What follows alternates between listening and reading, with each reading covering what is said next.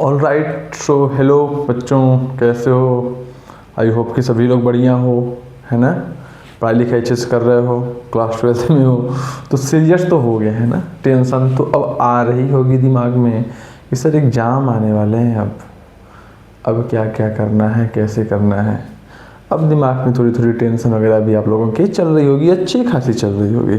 धीरे धीरे ये टेंशन बढ़ती जाएगी बेटा। जैसे जैसे आप लोग बोर्ड के पास पहुंचोगे ना, बोर्ड एग्जाम जैसे जैसे नज़दीक आएगा आपके, ये कहीं ना कहीं टेंशन भी थोड़ी सी, समझ पा रहे बात को? तो टेंशन कम हो, इसके लिए क्या इंपॉर्टेंट है? मक्कारी करना बंद करो, चोरी करना बंद करो। सर मैंने तो किसी का पैसा नहीं चुराया। अरे आप खुद के साथ चोरी कर रहे हो, अपने भविष्य के साथ खिलवाड़ कर रहे हो, उसको बंद करो बेटा। पढ़ाई पे ध्यान लगाओ, खूब मन लगा के काम करो, खूब अच्छे से क्वेश्चन प्रैक्टिस करो, खूब बढ़िया से रिवीजन करो। कंटेंट आपको प्रॉपर मिल रहा है ना? मैच कर लो आप कहीं से भी आप मैच कर लो, कंटेंट आपको प्रॉपर मिल रहा है। सारे केसेस, सारे इंपॉर्टेंट क्वेश्चन, सारे इंपॉर्टेंट पॉइंट्स आपके नोट्स में कवर्ड होंगे। चाहे बोर्ड हो, चाहे CUET हो, चाहे JEE मेंस हो, कोई भी लेवल उठा लो, चाहे नीट हो। और रुक जाओ, थोड़ा तो रुक जाओ, करेंगे क्वेश्चन भी। क्वेश्चन तो कर ही रहे हैं, एक दिन रखेंगे क्वेश्चन का सेशन, करेंगे एक क्लास में कम से कम 100 से 150 क्वेश्चन एक ही दिन में, हैं? करेंगे तो हम लोग तो कर लेंगे, लेकिन आप कर पाओगे कि नहीं? मैं तो करा दूंगा, आप कर पाओगे कि नहीं, बात ये है। तुम कैसे करोगे बेटा? जब रिवीजन अच्छे से किए रहोगे, जब प्रैक्टिस अच्छे से किए रहोगे। जब भी लाइफ में आपको ये लगना शुरू हो ना कि यार मेरे से हो नहीं पा रहा है, मैं इसके लायक हूँ कि नहीं, मेरा कुछ हो पाएगा कि नहीं, ये सारी जो 4-5 बातें, बहुत सारी चीज़ें आपके दिमाग में चलना शुरू हो ना, और जब आपको ये लगने लगे कि मेरे से नहीं हो पाएगा, मैं नहीं कर पा रहा हूँ, तो खुद से एक सवाल पूछना कि तुम कर नहीं पा रहे हो या कर नहीं रहे हो। खुद से पूछना कि तुम्हारे बस की नहीं है कि तुम कर ही नहीं रहे हो। पहले बात को ऑलवेज, हमेशा खुद से एक सवाल पूछते रहना कि तुमसे हो नहीं रहा है कि तुम कर नहीं रहे हो, है ना? है ना? जवाब अपने आप मिल जाएगा, मैक्सिमम को जवाब अपने आप मिल जाएगा। हमेशा स्टार्ट करना चाहिए बेटा अपने गलतियों को ढूंढने से। जो इंसान अपनी गलतियां नहीं ढूंढता वो व्यर्थ है, उसकी जिंदगी व्यर्थ है ना? जो इंसान को यही नहीं पता कि मैं जो कर रहा हूँ सही कर रहा हूँ कि गलत कर रहा हूँ, उसकी जिंदगी ही व्यर्थ है, वो इंसान ही खत्म है, वो गलत पैदा हो गया, या वो अपने पुराने जन्मों का कोई पाप भोग रहा है। मैं क्या कर रहा हूँ पता नहीं, तो कर क्यों रहे हो? बस कर रहा हूँ। क्यों? मजा आ रहा है। क्या मजा आ रहा है यार? क्या मजा आ रहा है? मजा है ये जो तुमको लग रहा है, ये जो तुम कर रहे हो, ये मजा है? मजा नहीं है। इससे बड़ा सजा कुछ नहीं हो सकता, इससे बड़ा सजा कुछ भी नहीं हो सकता।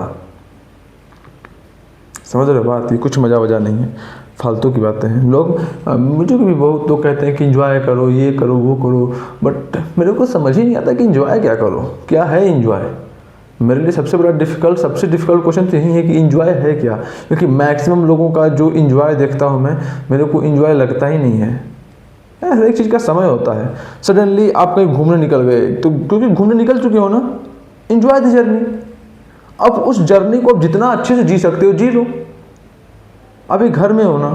हाँ सर अभी घर में हो। अभी क्या काम है? सर अभी मैं स्पोर्ट्स में तो हूँ नहीं, मैं अदर एक्टिविटी तो कर नहीं रहा हूँ, दूसरे डायरेक्शन में मेरा फ्यूचर देख नहीं रहा हूँ मैं। मेरे हाथ में सब, मेरा अभी फोकस है, मेरा अभी काम है कि मुझे पढ़ लिख के एक अच्छे लेवल पे जाना है ना? तो उसे करो ना भाई। दुनिया भर की चीज़ें क्यों अपने दिमाग में लेके बैठे हो? अब मैं तुमसे फिर से बता रहा हूँ कि जो दुनिया भर की चीज़ें लेके बैठता है वही खत्म होता है, वही बेकार रहता है, वही परेशान रहता है। परेशानी कुछ नहीं है, परेशानी कुछ नहीं, दिमाग का भ्रम है। क्यों दिमाग का भ्रम है? बहुत सारी चीज़ें सोच लिए हैं, कर घंटा कुछ नहीं रहे हैं। मैं ही IAS हूँ, मैं ही IPS हूँ, मैं ही ये हूँ, मैं हूँ वो हूँ। इमेजिनेशन में सब कुछ तुम ही हो, लेकिन कर घंटा कुछ नहीं रहे हो। खुद के साथ तो खुद की एनालिसिस तो कभी कर ही नहीं रहे हो तुम लोग। सबसे इंपॉर्टेंट क्या है, खुद की एनालिसिस करो।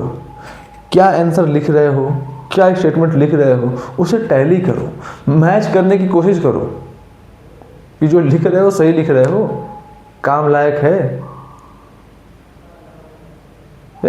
यही बकवास चल रहा है। एक मिनट रुकना।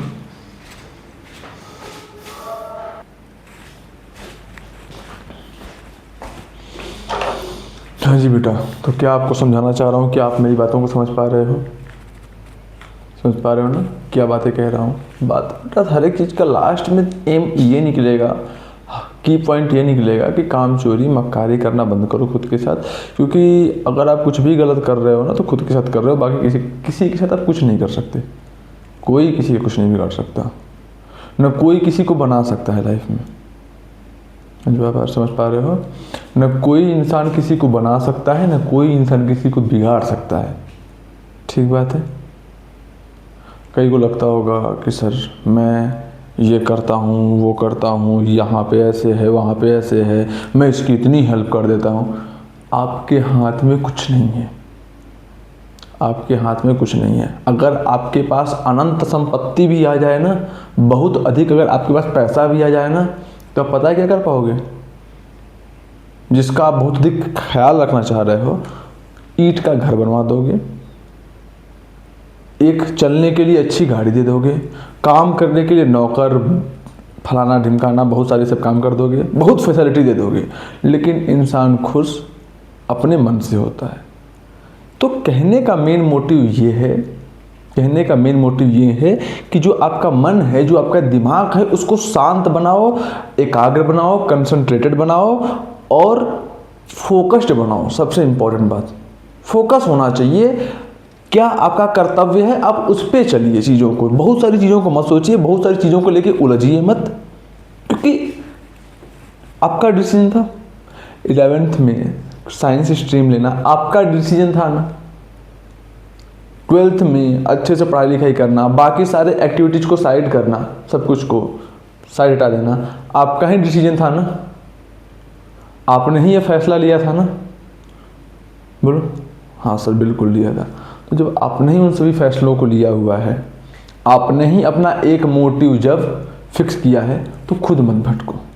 ठीक है, पढ़ाई लिखाई करो और रिवीजन बराबर करते रहो। मुझे पता है कि तुम लोग रिवीजन नहीं कर रहे हो, और क्योंकि रिवीजन नहीं कर रहे हो इसी वजह से बहुत अधिक दिक्कतें आ रही हैं तुम लोगों को। ऐसा नहीं होता टेस्ट में कि तुम लोगों को कॉन्सेप्ट नहीं पता होते हैं, सब पता होता है, लेकिन तुम लोग सब अपने वजह से खराब कर देते हो, लिख ही नहीं पाते उसको अच्छे से, ताकि टीचर उस स्टेटमेंट को पढ़ के इंप्रेस हो जाए, उसे अच्छा लगे। छोड़ो, तो जितना समझाना था मैंने उतनी सारी बातों को आपको बता दिया। आई होप कि सारी बातों को आप रिलेट कर पा रहे होंगे। मैं बहुत अधिक बोलने वाला भी नहीं हूँ, मैं बहुत अधिक ज्ञान देने वाला कि आपको बार बार ज्ञान देता रहूँ। 12वीं में आ गए हो, समझने के लिए इशारा काफ़ी होता है मैं किस पॉइंट पे बात कर रहा हूँ। तो ठीक है, तो स्टार्ट करते हैं जी आज का क्लास। मेरा नाम है विपुल पांडे और हम लोग आज का मस्त सा लेक्चर एकदम स्टार्ट करते हैं पूरे एनर्जी के साथ, पूरे डेडिकेशन के साथ, और एकदम मस्त खल्लास करेंगे और SN1 रिएक्शन को लगभग एंड की तरफ ले जाएंगे, और फिर SN2 रिएक्शन शुरू करेंगे और बहुत ही मजेदार वे में, बहुत फोकस्ड वे में पढ़ेंगे। ठीक है बेटा, तो आप सभी लोग तैयार हो तो आ जाओ आ जाओ। कल जहां पे हम लोगों ने छोड़ा था वहीं से स्टार्ट करते हैं। कहां से? क्वेश्चन से। एक क्वेश्चन देखते हैं, एक दो क्वेश्चन और देखते हैं जो क्वेश्चन थोड़े से इंपॉर्टेंट हैं। आ जाओ आ जाओ। क्वेश्चन क्या है? Compare the rate of SN1 reaction, compare the rate of SN1 reaction. ठीक है भाई, आ जाओ करते हैं, आ जाओ करते हैं। एक तो ये हो गया,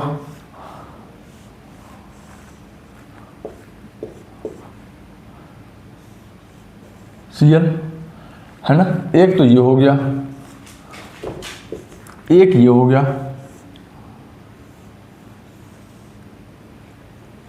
है ना,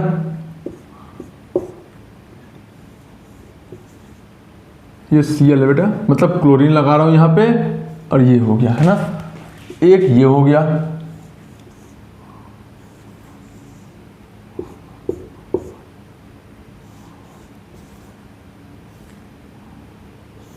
है ना। 1 2 1 2 3 4, ठीक है, ठीक है सर, बिल्कुल ठीक है। फिर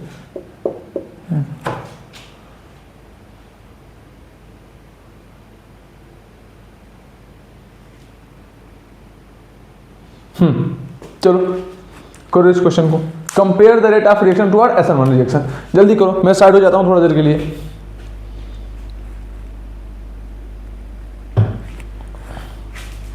जल्दी करो, जल्दी करो।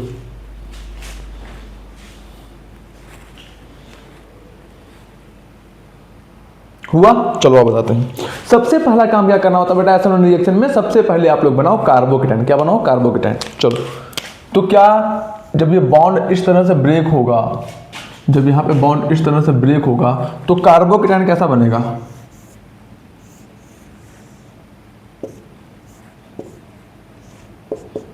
क्या यहां पे यही कार्बोकेटाइन बनेगा? यहां पे कैसा बनेगा?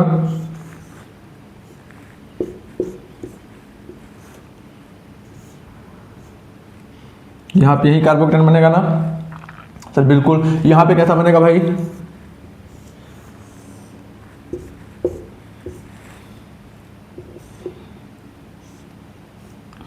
यहां पे ही कार्बोकेटाइन बनेगा ना सर? बिल्कुल बनेगा। अब देखो कार्बोकेटाइन की स्टेबिलिटी कंपेयर कर लो। जो कार्बोकेटाइन सबसे अधिक स्टेबल, वो सबसे अच्छा SN1 रिएक्शन शो करेगा। आओ चेक करते हैं। जो ये कार्बन है, इसमें क्या हो रहा है? यहां पे हो रहा है 3 पाई रेजोनेंस। यहां पे क्या हो रहा है? यहां पे हो रहा है बस 3 पाई रेजोनेंस। यहां पे क्या हो रहा है? 3 पाई रेजोनेंस प्लस यहां पे क्या होगा? 3 अल्फा हाइड्रोजन। क्या होगा? ये अल्फा कार्बन और यहां पे ये भी अल्फा कार्बन। तो यहां पे क्या होगा? यहां पे प्लस ऑफ 3 अल्फा हाइड्रोजन, है ना सर? बिल्कुल। यहां पे क्या होगा बेटा? यहां पर भी सर होगा 3 पाई कॉन्जुगेशन। 3 पाई कॉन्जुगेशन मतलब 3 पाई रेजोनेंस प्लस ये देखो सर, 1 2 3 4 5 6। यहां पे क्या हो रहा है बेटा? यहां पे सर 3 पाई कॉन्जुगेशन हो रहा है, 3 पाई रेजोनेंस हो रहा है। इसके साथ साथ यहां पे क्या है? 3 + 3 6 अल्फा हाइड्रोजन। समझ गए बात को? ठीक है, दिखाई पड़ रहा है सब। तो अब मेरे को बताओ कि सबसे अधिक स्टेबल कार्बोकेटाइन कौन सा होगा?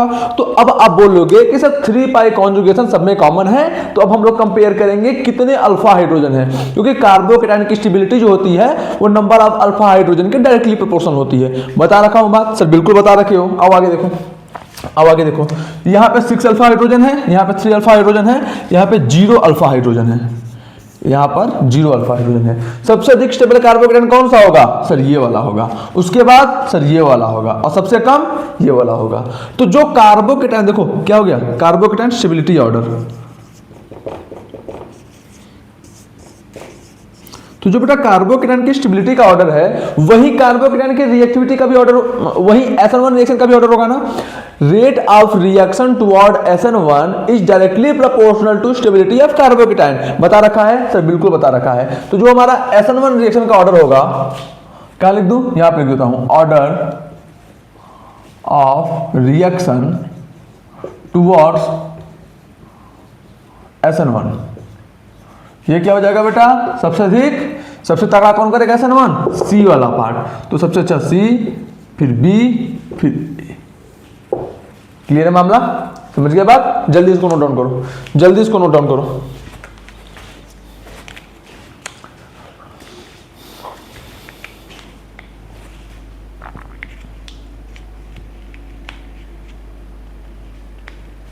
हो गया? चलो मिटाता हूं।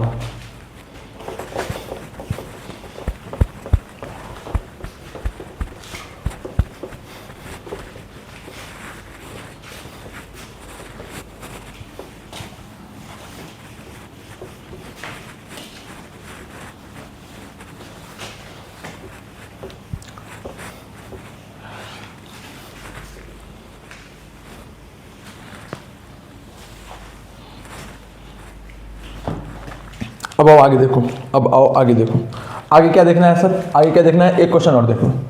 इसमें भी क्या करना है, rate of reaction toward SN1 बताना है ना। एक तो ये हो गया,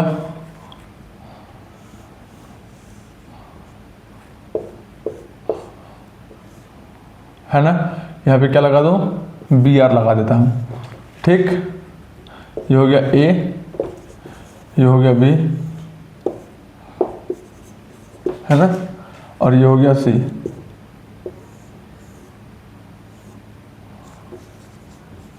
ठीक, बताओ कहाँ पे रेट ऑफ रिएक्शन सबसे अच्छा होगा, कहाँ पे rate of reaction toward SN1 सबसे अच्छा होगा।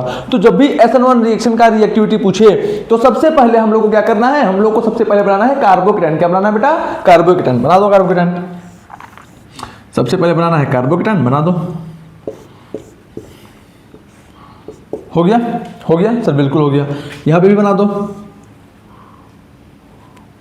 ओह सॉरी सॉरी सॉरी, थोड़ा सा मैं क्वेश्चन चेंज करता हूं। यहाँ पे मैं थोड़ा सा क्वेश्चन चेंज करता हूं। अब जो कॉन्सेप्ट बताना चाह रहा हूं समझ जाओगे आप लोग। यहाँ पे कार्बोकेटाइन बॉन्ड इस तरह से शिफ्ट होगा ना, हाँ सर। यहाँ पे कार्बोकेटाइन क्या बनेगा सर, ये बनेगा। और यहाँ पे कार्बोकेटाइन क्या बनेगा, ये बनेगा। ठीक बात है, ठीक बात है सर, बिल्कुल। यहाँ पे क्या हो रहा है, देखो देखो, ये क्या है, ये हमारा बेंजाइलिक कार्बोकेटाइन। क्या है, CC मतलब कार्बोकेटाइन। ये क्या है बेटा, हमारा अलाइलिक कार्बोकेटाइन। कैसे सर, अरे बेटा ये बेंजाइलिक ब्रोमाइड है ना, ये बेंजाइलिक ब्रोमाइड है ना, हाँ सर। तो बेंजाइलिक ब्रोमाइड से जो कार्बोकेटाइन बनेगा वो बेंजाइलिक कार्बोकेटाइन। ये अलाइलिक ब्रोमाइड है ना, ये अलाइलिक ब्रोमाइड है ना सर, बिल्कुल। तो अलाइलिक ब्रोमाइड में जो कार्बोकेटाइन बनेगा वो अलाइलिक कार्बोकेटाइन, ठीक है। और ये क्या है, ये क्या है, ये 3 डिग्री, ये देखो 3 डिग्री ब्रोमीन है ना। ये जो ब्रोमीन है, ये जो ब्रोमाइड है वो 3 डिग्री है ना सर। कैसे, अरे भाई ये जो ब्रोमीन जिस कार्बन से अटैच है वो कार्बन फर्दर 1 2 3 कार्बन से अटैच है, तो ये 3 डिग्री कार्बन हुआ ना, हाँ सर। इसका मतलब ये 3 डिग्री ब्रोमीन हुआ। तो यहाँ पे जो हमारा ब्रोमीन, यहाँ पे जो हमारा कार्बोकेटाइन बनेगा वो क्या होगा, टर्सरी कार्बोकेटाइन। सर टर्सरी क्यों होगा, 3 डिग्री कार्बोकेटाइन को ही टर्सरी बोलते हैं। समझ गए बात। ये सारी बातें मैं पढ़ा रखा हूं तो मैं दोबारा नहीं बताने वाला, टाइम भी नहीं उतना, ठीक। अब चलो, अब क्या करना है, स्टेबिलिटी कंपेयर करना है। क्या करना है, अब क्या करना है आपको, स्टेबिलिटी कंपेयर करना है ना, कौन सा कार्बोकेटाइन सबसे अधिक स्टेबल है। एक बार देखो, दिमाग लगाओ खुद से, फिर मैं बताता हूं। आप अपने अकॉर्डिंग एक बार मार्क कर लो कौन सा ऑप्शन करेक्ट है।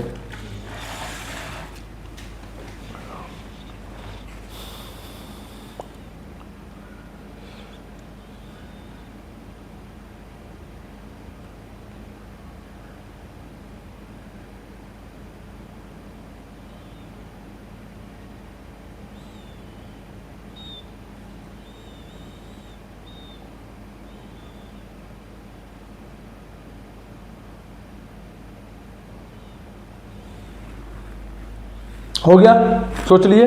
तो अब बहुत सारे बच्चे ये सोच रहे होंगे कि सर देखो यहां पे हो रहा है रेजोनेंस, यहां पर हो रहा है रेजोनेंस, वो भी 3 पाई का। यहां पे हो रहा है 3 पाई का रेजोनेंस, यानी कि मैक्सिमम बच्चे ये बोलेंगे कि सर जो ये वाला कार्बोकेटाइन होगा वो क्या होगा, मोस्ट स्टेबल कार्बोकेटाइन, है ना। कुछ बच्चे ये उसके बाद बच्चे बोलेंगे, जो कुछ बच्चे हैं वो ये बोलेंगे कि सर सबसे अधिक स्टेबल ये हो गया, उसके बाद सर यहां पे भी हो रहा है रेजोनेंस, तो सेकंड नंबर पे ये वाला आ जाएगा अलाइलिक कार्बोकेटाइन वाला, और सबसे लास्ट में ये आएगा। बस यहीं पे आपने गलत कर दिया। अब यहां पे आपको एक नोट पॉइंट लिख के कॉन्सेप्ट याद रखना है। नोट पॉइंट लिख के एक कॉन्सेप्ट याद रखना है। कॉन्सेप्ट क्या है, कॉन्सेप्ट क्या है, टर्सरी कार्बोकेटाइन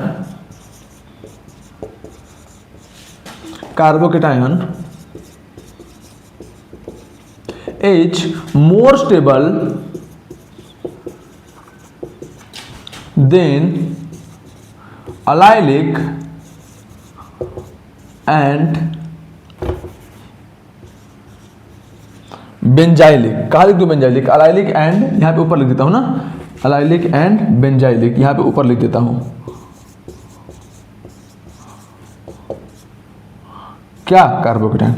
यानी कि जो हमारा 3 डिग्री कार्बोकेटायन होता है बेटा, वो अलाइलिक कार्बोकेटायन और बेंजाइलिक कार्बोकेटायन से अधिक स्टेबल होता है, और बेंजाइलिक कार्बोकेटायन से अधिक स्टेबल होता है। पहले आप इस नोट पॉइंट को लिखो, पहले आप इस नोट पॉइंट को लिखो। लिख लिया, लिख लिया। अब मैं ऊपर से इरेज करता हूँ चीजों को, अब मैं चीजों को ऊपर से इरेज करता हूँ।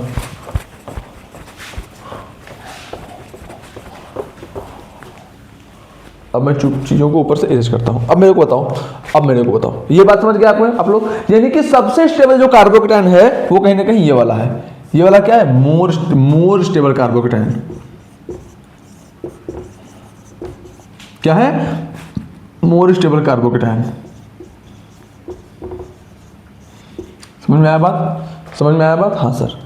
अब देखो ये कितना है? 3 डिग्री कार्बोकेटायन, 3 डिग्री कार्बोकेटायन है। इसके पास कितने अल्फा हाइड्रोजन है? 1 alpha hydrogen, 2 alpha hydrogen, 3 alpha hydrogen, 4 alpha hydrogen, 5 alpha hydrogen, 6 alpha hydrogen. Carbocation से अटैच पहला कार्बन अल्फा कार्बन, और अल्फा कार्बन से अटैच सभी हाइड्रोजन अल्फा हाइड्रोजन। तो ये भी अल्फा कार्बन, ये भी अल्फा कार्बन, और ये भी अल्फा कार्बन। तो अल्फा कार्बन से अटैच सभी हाइड्रोजन क्या हो गए? Alpha hydrogen. इसके पास कितने अल्फा हाइड्रोजन है बेटा? सर 9 अल्फा हाइड्रोजन है। इसके पास कितने अल्फा हाइड्रोजन है? 9 अल्फा हाइड्रोजन। कितने अल्फा हाइड्रोजन है? 9 अल्फा हाइड्रोजन।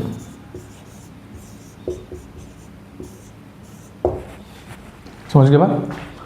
समझ गए बात? सर बिल्कुल समझ गए, सर बिल्कुल समझ गए।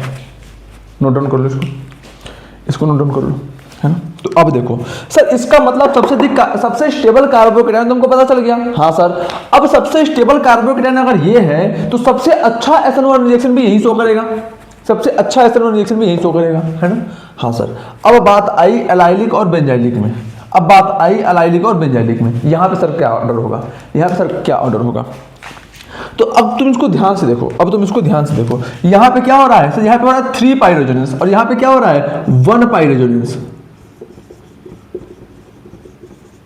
तो अब आप एक बात याद रखना कि जो बेंजाइलिक कार्बोकेटायन होता है वो मोर स्टेबल होता है किससे? एलाइलिक कार्बोकेटायन से। कैसे सर? देखो यहाँ पे 3 पाई की वजह से रेजोनेंस हो रहा है, यहाँ पे सिर्फ 1 पाई की वजह से रेजोनेंस हो रहा है। जितने पाई का रेजोनेंस उतना अधिक स्टेबिलिटी, जितने पाई बॉन्ड का रेजोनेंस उतना अधिक स्टेबिलिटी। समझ गए बात को?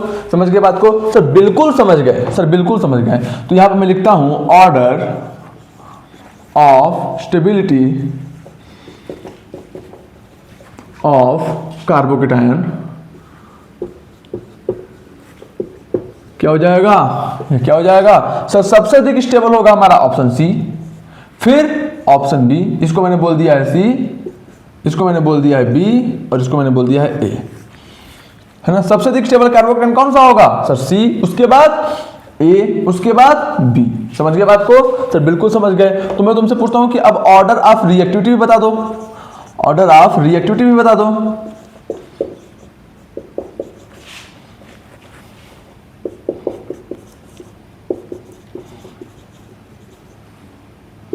ऑर्डर ऑफ रिएक्टिविटी बता दो टुवर्ड SN1। क्या हो जाएगा सर? जो स्टेबिलिटी ऑफ कार्बोकेटायन का ऑर्डर है वही रिएक्टिविटी का भी ऑर्डर हो जाएगा, है ना?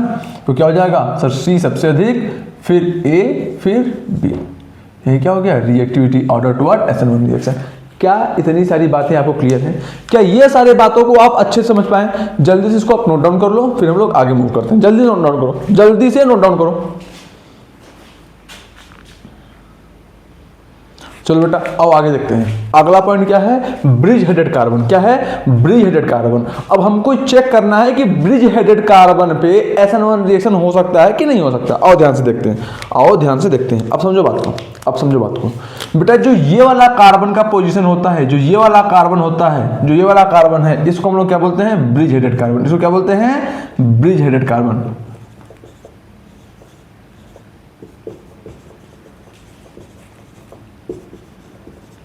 है ना? और सिमिलरली जो ये वाला भी कार्बन का पोजीशन है, इसको भी हम लोग क्या बोलते हैं? Bridge headed carbon.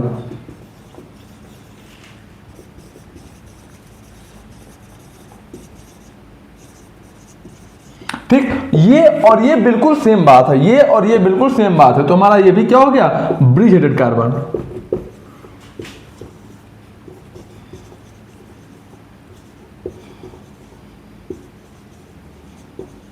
और ये भी क्या हो गया हमारा? Bridge headed carbon.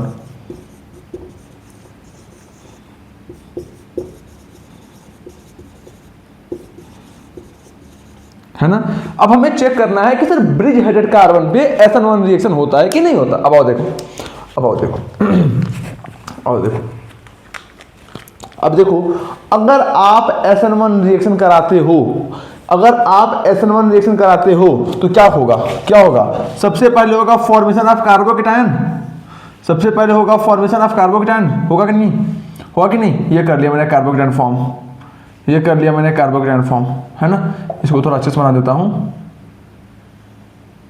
ये मैंने कार्बोकेटायन फॉर्म कर दिया, यहाँ पे X लगा हुआ है, कर दिया, हाँ सर। अब अगर कार्बोकेटायन फॉर्म हो गया, अब अगर यहाँ पे कार्बोकेटायन फॉर्म हो गया तो मैं इस प्लेस का हाइब्रिडाइजेशन निकालता हूं, तो इसका हाइब्रिडाइजेशन कितना आएगा, इसका हाइब्रिडाइजेशन कितना आएगा बेटा, सिग्मा सिग्मा सिग्मा, 3 सिग्मा है तो इसका हाइब्रिडाइजेशन हो जाएगा sp2, इसका हाइब्रिडाइजेशन कितना निकल के आ जाएगा, sp2, समझो, एकदम फोकस होकर समझना, उसका फोकस एकदम फोकस होकर समझना कि अगर ये SN1 रिएक्शन शो करता तो सबसे पहले क्या होता, सबसे पहले होता है हेलोजन का बॉन्ड फिजन, हेलोजन और कार्बन के बीच का बॉन्ड फिजन होता है और बनता है कार्बोकेटायन, है ना। जैसे ही ये कार्बोकेटायन बना तो हम लोग इस कार्बन का अगर हाइब्रिडाइजेशन निकालेंगे तो क्या निकल के आ जाएगा बेटा, sp2 निकल के आ जाएगा, क्या निकल के आएगा, sp2 निकल के आएगा। एकदम ध्यान से समझो, एकदम ध्यान से समझो, अगर बेटा ये हाइब्रिडाइजेशन sp2 निकल के आ गया, इसका मतलब ज्योमेट्री क्या होगा, इसका मतलब ज्योमेट्री क्या होगा, आपने क्लास 11th में केमिकल बॉन्डिंग पढ़ा है, केमिकल बॉन्डिंग में आपने वेस्पर थ्योरी और हाइब्रिडाइजेशन में एक कॉन्सेप्ट पढ़ा हुआ है कि अगर किसी भी मॉलिक्यूल का हाइब्रिडाइजेशन sp2 है, इसका मतलब उसका जो बॉन्ड एंगल है वो होगा 120 डिग्री, क्या होगा, बॉन्ड एंगल जो हो जाएगा वो होगा 120 डिग्री, और जो कंपाउंड होगा वो क्या होगा, ट्राइगोनल प्लेनर, कंपाउंड का जो ज्योमेट्री होगा वो क्या होगा, ट्राइगोनल प्लेनर, ट्राइगोनल प्लेनर, है ना। स्पेलिंग अपना देख लेना। और उसका ज्योमेट्री क्या होगा बेटा, ट्राइगोनल प्लेनर, यही ज्योमेट्री होगा ना भाई, यही ज्योमेट्री होगा ना, हाँ सर, हाँ सर। देखो अब पर इतनी बातों को लिख लिया आपने, इतनी बातों को आपने लिख लिया, इतनी बातों को आपने लिख लिया, पहले इसको लिख लो जल्दी से, आपके पास 10 सेकेंड है, जल्दी से लिख लो, आपके पास 10 सेकेंड है, जल्दी से लिख लो, फिर मैं इधर से मिटाऊंगा। हो गया, चलो चलो भाई,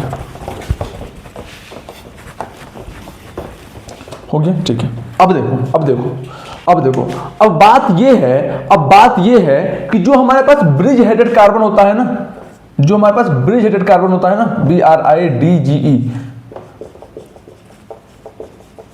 वो क्या होता है, नॉन प्लेनर ओरिएंटेशन में होता है। किस ओरिएंटेशन में होता है, हमेशा नॉन प्लेनर ओरिएंटेशन में होता है। Bridge headed carbon is always present in non planar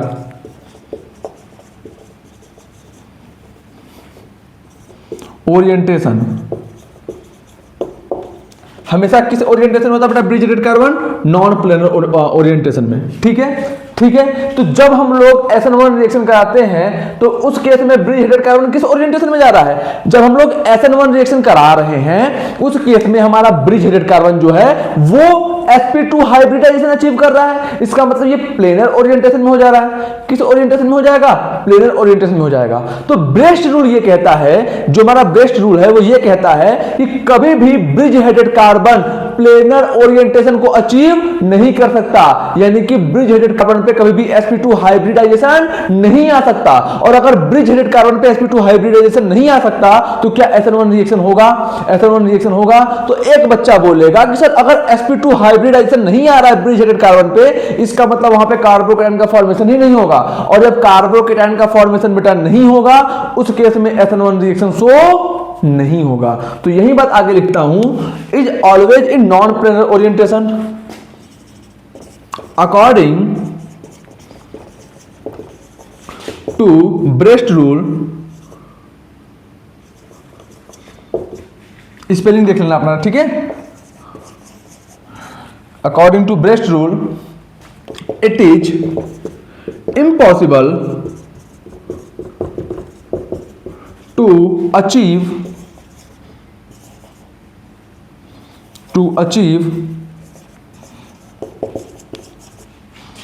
sp2 hybridization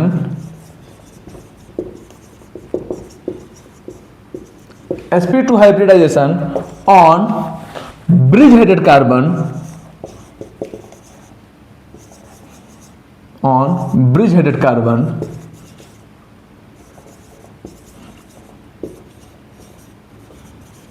है ना, on bridge headed carbon because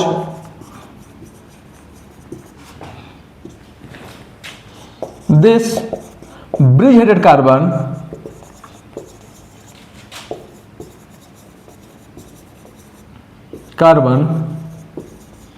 always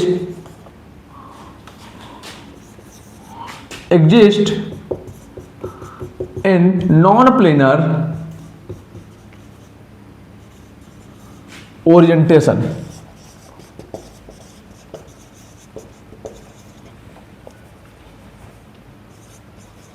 always exist in non planar orientation. तो ये जो बेटा ब्रिज हेडेड कार्बन होता है ये हमेशा नॉन प्लेनर ओरिएंटेशन में एग्जिस्ट करता है, इसे प्लेनर बनाना इम्पॉसिबल है। तो अगर इसको हम लोग अगर सर हम लोग इस ब्रिज हेडेड कार्बन को प्लेनर नहीं बना पाएंगे, इसका मतलब there will be no formation of carbocation take place on bridge headed carbon, है ना। तो ये बात लिख देता हूं, it implies that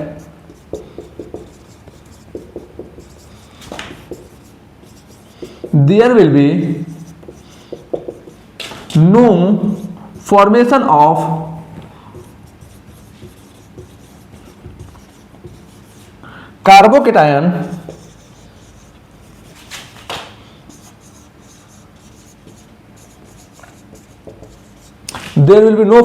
carbocation taking place on bridge headed carbon.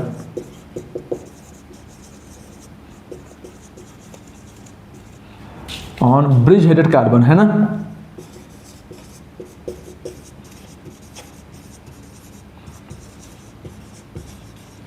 समझ में आया बात?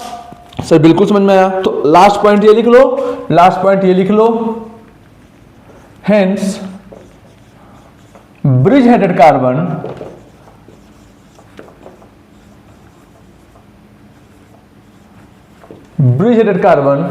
can never show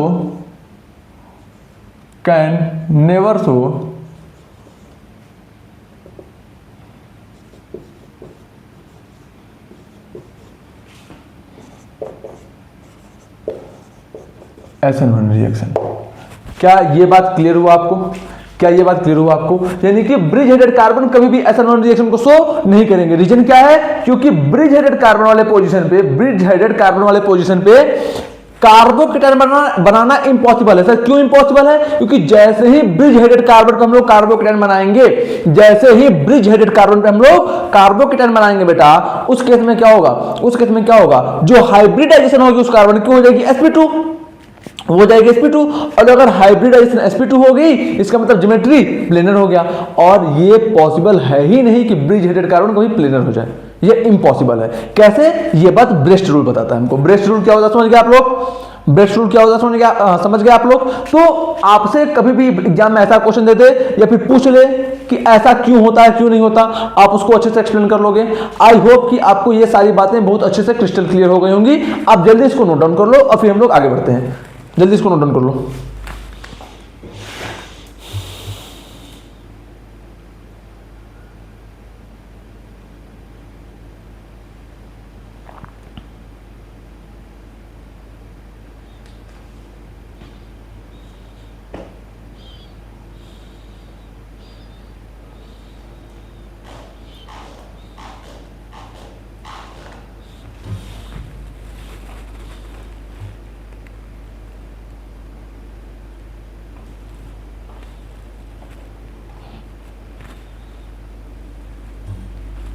हो गया?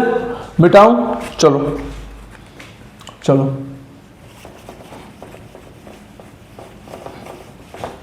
एक पॉइंट और लिखूं।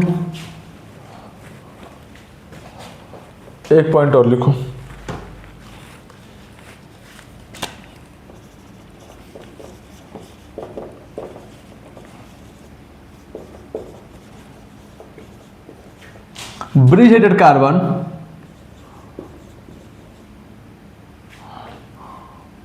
Present in bicyclic molecule.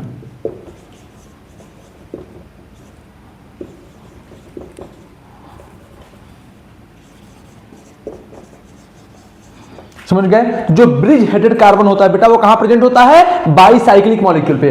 अब देखो इस मॉलिक्यूल को तो अगर ध्यान से देखो तो बाईसाइक्लिक है कि नहीं सर? बिल्कुल। एक साइक्लिक तो ये हो गया और एक साइक्लिक ये हो गया। समझ गए बात को? सर बिल्कुल समझ गए। एक साइक्लिक ये वाला लेके हो गया और एक साइक्लिक ये हो गया। तो जो ब्रिज हेडेड कार्बन होते हैं बेटा वो हमेशा बाईसाइक्लिक मॉलिक्यूल में एग्जिस्ट करते हैं। ठीक, अगला पॉइंट देखो, अगला पॉइंट लिखो।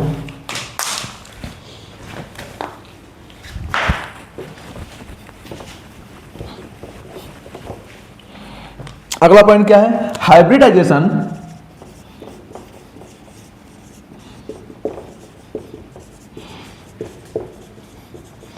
ऑफ ब्रिज हेडेड कार्बन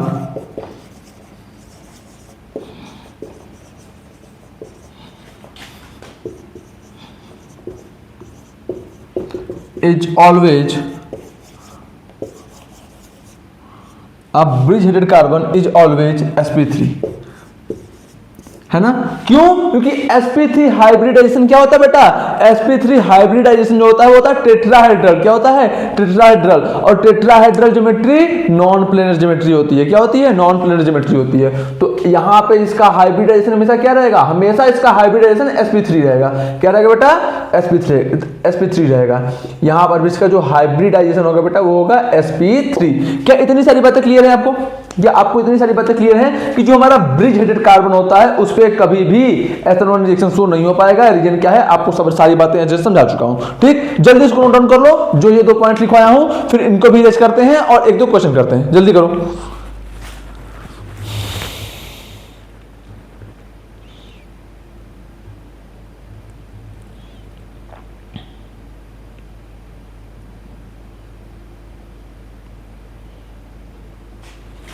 हो गया? हो गया, चलो।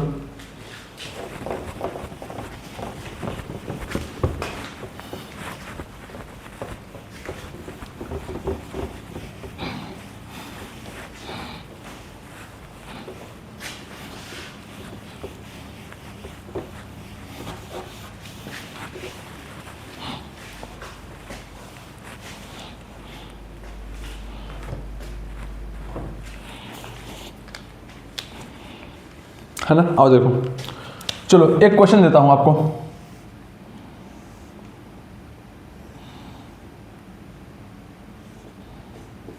है ना? ये हो गया ए,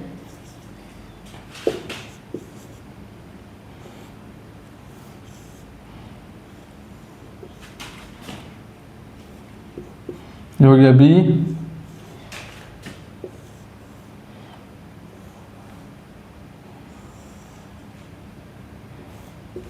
ये हो गया आपका सी,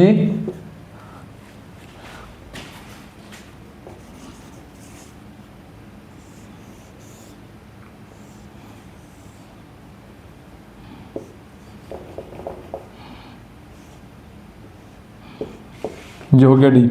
आपको क्या करना है बेटा? आपको क्या करना है? आपको यहाँ पे rate of reaction toward ethanol बताना है ना, कि कौन सा मॉलिक्यूल सबसे अच्छा एथेनॉल करेगा, कौन सा मॉलिक्यूल सबसे खराब एथेनॉल करेगा। तो क्या है? कंपेयर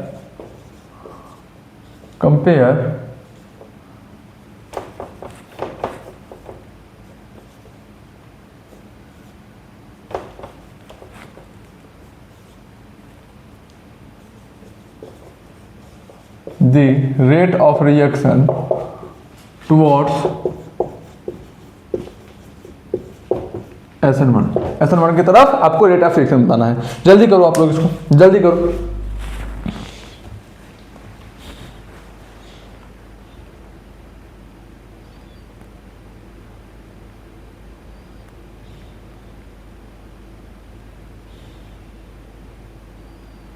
हो गया? चलो, सबसे पहला काम क्या होता है बेटा? सबसे पहला काम होता है कार्बोकेटायन बनाना। क्या होता है? कार्बोकेटायन बनाना। ठीक है, चलो यहां पे क्या बनेगा कार्बोकेटायन? एक तो ये बनेगा, है ना? एक क्या बनेगा? एक ये बनेगा, एक क्या बनेगा, एक ये बनेगा,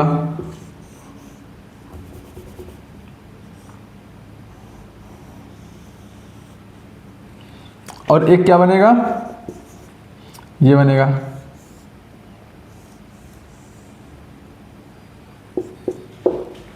ठीक बात है, ठीक बात है सर, बिल्कुल ठीक बात है। अब समझो आगे, अब समझो आगे, अब समझो आगे। अब तुमको पता है, अब तुमको पता है कि इस कार्बन का अगर हम लोग हाइब्रिडाइजेशन निकालें, sp2 आएगा, sp2, ये भी क्या आएगा, sp2, ये भी क्या आएगा, ये भी आएगा हमारा sp2, और ये भी क्या आएगा, ये भी आएगा हमारा sp2। समझ रहे हो बात, समझ रहे हो बात सर, बिल्कुल समझ रहे हैं सर, बिल्कुल समझ रहे हैं। तो अगर ये सभी हाइब्रिडाइजेशन sp2 आ रहे हैं, क्या आ रहे हैं, sp2 आ रहे हैं, इस केस में देखो, इस केस में देखो,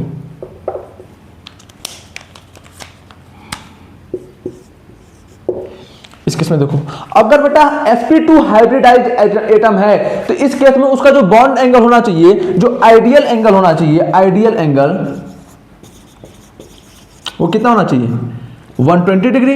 अरे अगर हाइब्रिडाइजेशन sp2 है तो आइडियल एंगल कितना होना चाहिए बेटा, 120 डिग्री। कितना होना चाहिए, 120 डिग्री, यही होना चाहिए ना, यही होना चाहिए ना सर, बिल्कुल यही होना चाहिए। लेकिन यहाँ पे आइडियल एंगल कितना हो जाएगा, 60 डिग्री, यहाँ पे कितना हो जाएगा, 90 डिग्री, यहाँ पे कितना हो जाएगा, 108 डिग्री।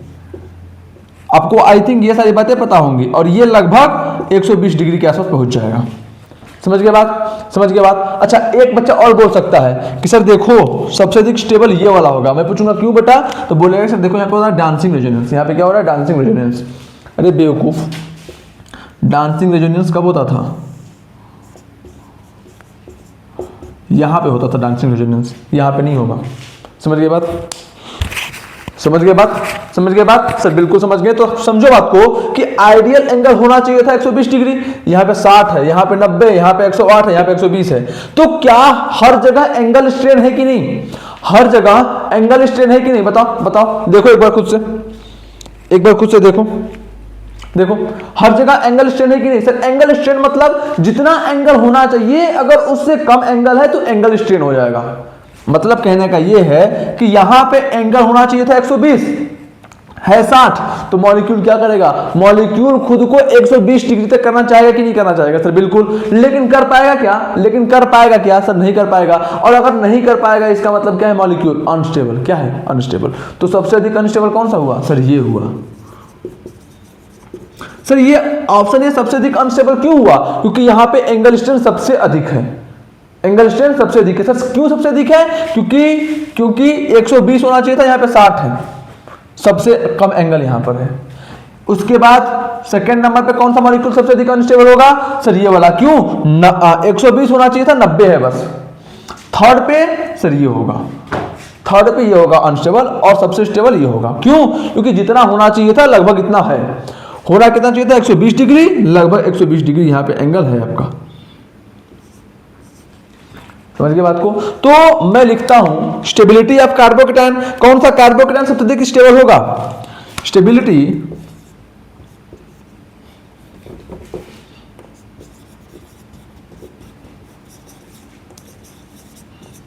कौन सा कार्बोकेटायन बेटा सबसे अधिक स्टेबल होगा। तो आप क्या बोलोगे, आप क्या बोलोगे, सर जो हमारा बी वाला कार्बोकेटायन है, जो सर हमारा डी वाला कार्बोकेटायन है वो सबसे अधिक स्टेबल होगा, उसके बाद सी वाला, उसके बाद बी वाला, उसके बाद ए वाला। ये कहां से निकला पता चला आपको ना, ये डाटा कहां से आया पता चला आपको ना। सर ये एंगल स्ट्रेन की थ्योरी से आया। सर किस थ्योरी से आया, एंगल स्ट्रेन की थ्योरी से आया।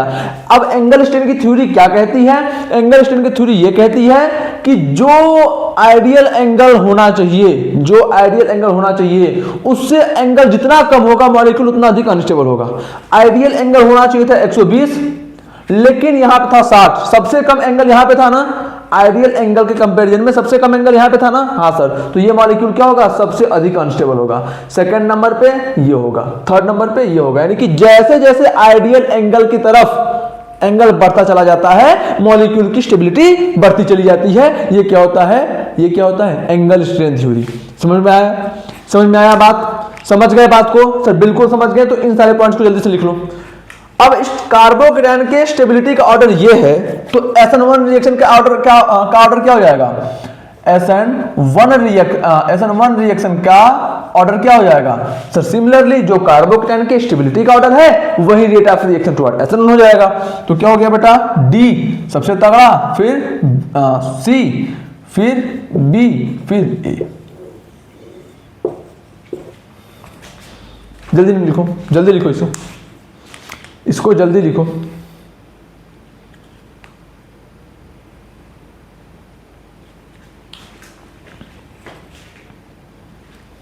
हो गया? हो गया। तो बेटा आज के लिए इतना ही करते हैं, आज के लिए हम लोग इतना ही करते हैं। ठीक, आपको अभी एक लेक्चर और मिलेगा, कल आपके 2 लेक्चर अपलोड होंगे, है ना? कल यानी कि डेट क्या हो जाएगा? आई थिंक 2, हाँ वैसे भी आज रात के 2 बज चुके हैं, तो 2 मई तो हो ही गया है, यानी कि कल शाम तक आपको, मतलब आज शाम तक 4 बजे तक एक लेक्चर आपको और मिलेगा। ठीक है, आज कहीं ना कहीं किसी कीमत मैं 2 लेक्चर रिकॉर्ड करूंगा। अभी के लिए इतना ही करता हूं, ठीक है, क्योंकि कुछ अपने भी काम है। तो पहले आप इन चीज़ों को अच्छे से रिवाइज कर लीजिए। मुझे लग रहा है कि चीज़ें थोड़ी सी बड़ी और ज़्यादा टफ टॉपिक हो गया। टफ तो नहीं बोलूंगा, मुझे तो टफ नहीं लगा, लेकिन कुछ बच्चों को थोड़ा सा प्रॉब्लम आएगी यहाँ पे। तो एक बार इसको अच्छे से देख लें, समझ लें, उसके बाद हम लोग फ्रेशली नए टॉपिक से स्टार्ट करेंगे। एक लेक्चर और मिलेगा आज, ठीक है? तो ध्यान रखना। तो मिलते हैं आपसे अगले वीडियो में, तब तक के लिए ख्याल रखिए, अच्छे से पढ़ते रहिए। All the very best.